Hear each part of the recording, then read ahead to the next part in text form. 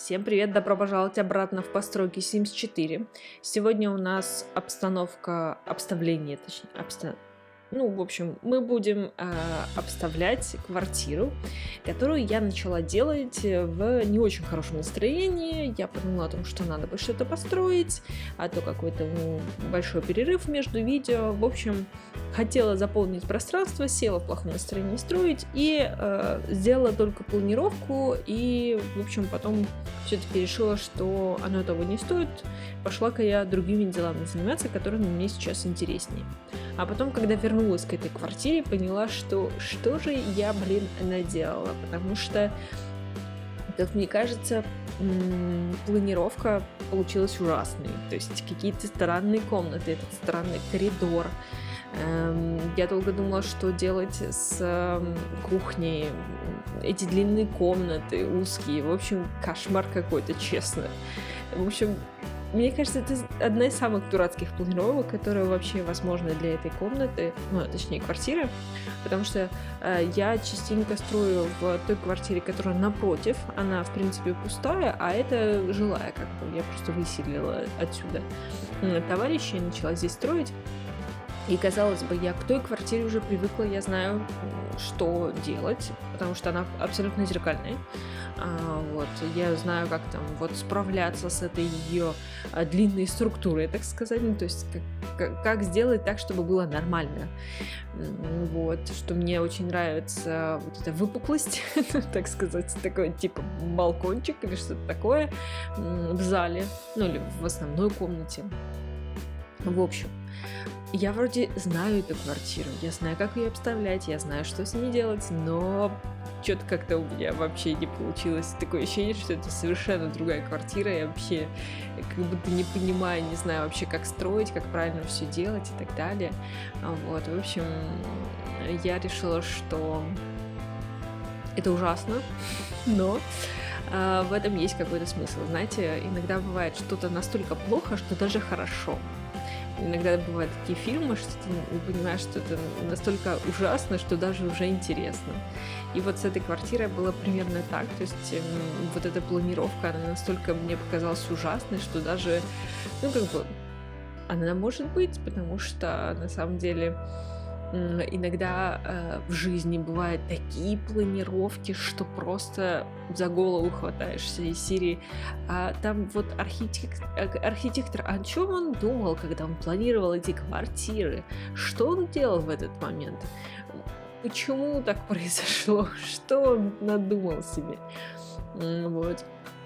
Особенно часто такая мысль приходит в голову в современных новостройках. Ну, по крайней мере, у меня пару раз было прям такое искреннее недоумение, что вообще происходит, потому что в старых домах там странная планировка зачастую обусловлена тем, что большую квартиру порезали на маленькие, и из-за этого такие немножко странные вещи. Появляются странные коридорчики, проходики, загибы и так далее, но это скорее вот обусловлено именно дележкой такой непосредственной, потому что изначально квартира, скорее всего, была большая, красивая, просторная, продуманная и так далее. А вот в новостройках иногда так смотришь и не понимаешь, а зачем вот это пространство, зачем вот этот поворот. Потому что однажды я была в квартире, в которой она была, насколько я помню, то ли двухкомнатная, то ли трехкомнатная, но суть в том, что там был настолько большой коридор, настолько бессмысленно большой и длинный коридор, который совмещал... Да, мне кажется, все-таки там всего две комнаты. Правда, большая кухня была, согласна. Туалет, ванная, но коридор это как по метражу получается как две спальни. То есть вы понимаете, что метраж у этой квартиры, скорее всего, был очень большим. То есть она достаточно дорогая за счет метража, потому что цена в основном... основа цены это метраж, а потом уже всякие довесы, там, расположение и всякое такое. То есть, как-то я вообще не понимаю, зачем там был этот гигантский коридор, просто гигантский. Он невероятно большой был коридор, и ты, когда в нем оказывался, если были закрыты все двери, ты даже не понимал, где ты, что ты, в какую тебе дверь нужно, потому что там была входная дверь, и она путалась со всеми остальными. В общем, я же говорю, в новостройках иногда бывают бессмысленные, беспощадные какие-то планировки. Другой дом я тоже смотрела, мне все очень нравился дом, который рядом со мной, где я живу просто. Внешне мне очень понравился дом, и я вот решила посмотреть, что там за квартира.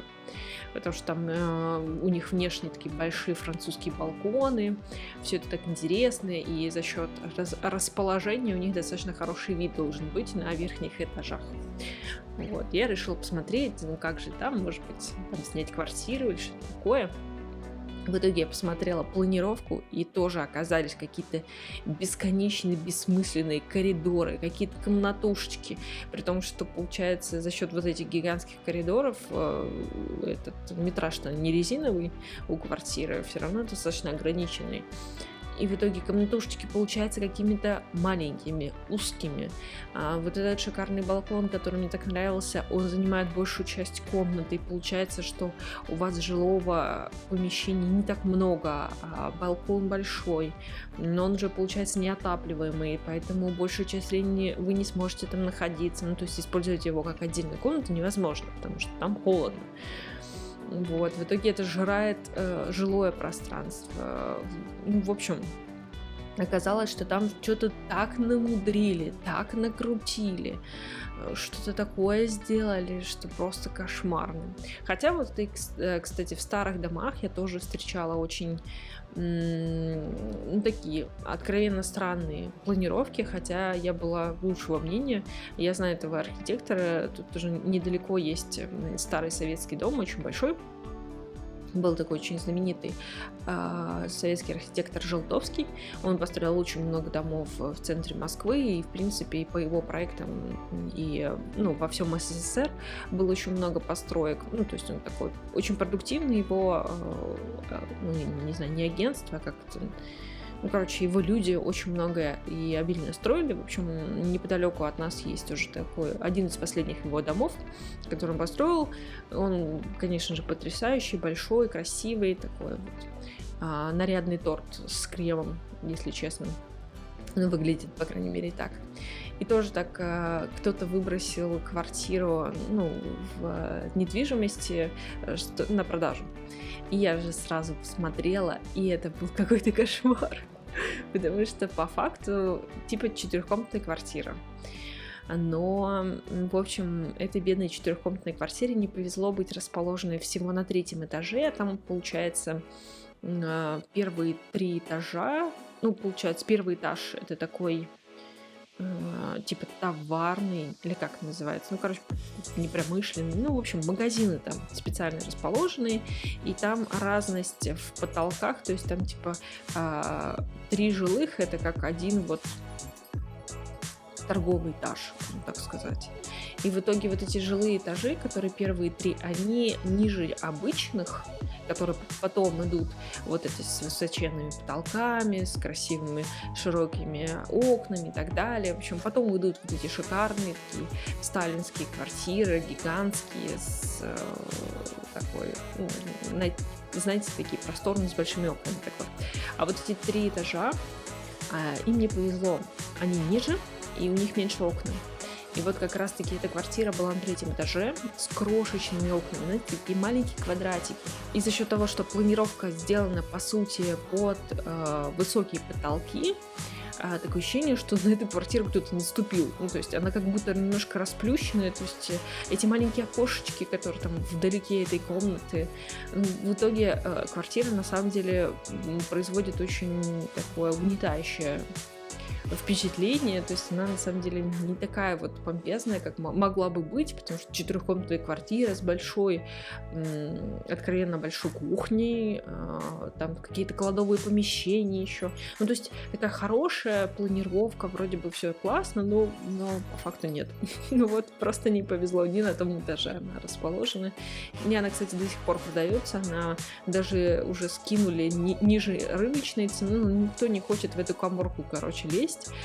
И судя по ремонту, точнее его отсутствию, видимо, эту квартиру когда-то кто-то получил из родственников, и вот так они с ней и маются. Вроде бы достаточно хороший район, прекрасный, ну, сам прекрасный дом, все шикарно, но продать они ее не могут вот из-за вот этих какое-то, знаете, вот состояние полуподвальное какое-то, вот эти маленькие окошки, темно, и ты вроде бы видишь свет, но не так хорошо, как тебе хотелось бы, и в итоге, говорю, какое-то ощущение каморочки такой или подвальчика какого-то, ну, в общем, нежилое помещение, кажется, и плюс это не солнечная сторона, и как бы вообще из-за этого, как бы, мне кажется, очень сильно это влияет на ощущение в квартире, потому что, конечно, солнечную сторону очень сильно жарит, но как ни крути, приятнее в такой, знаете, очень наполненной светом квартире находиться, потому что от солнца всегда можно зашториться, закрыться, а вот если у тебя его вообще нету и не предвидится, то это как немножко грустно, все-таки витамин D нам всем нужен. Так что я вам рассказала про веселенькие построечки. Про эту квартиру могу сказать, что изначально она задумывалась как ну, там, бабушка или дедушка с внуками. То есть у меня все-таки здесь много детских, здесь, я не знаю, бабушка или дедушка, неважно. Ну, в общем, какой-то пожилой человек, который жил и внезапно там уже вырастив всех своих детей, получил целую гроздь внуков из 5 человек. То есть это получается 2 школьника, 1 студент, возможно, или старший школьник, и 2 тодлера. В общем, вот такую вот нагрузочку получил нехилую, на самом деле, дедуля, но я предполагаю, что это все-таки дедуля. Что-то мне так кажется. Вот, пришлось потесниться, засунуть в свою спальню длинную, странную, детские кровати.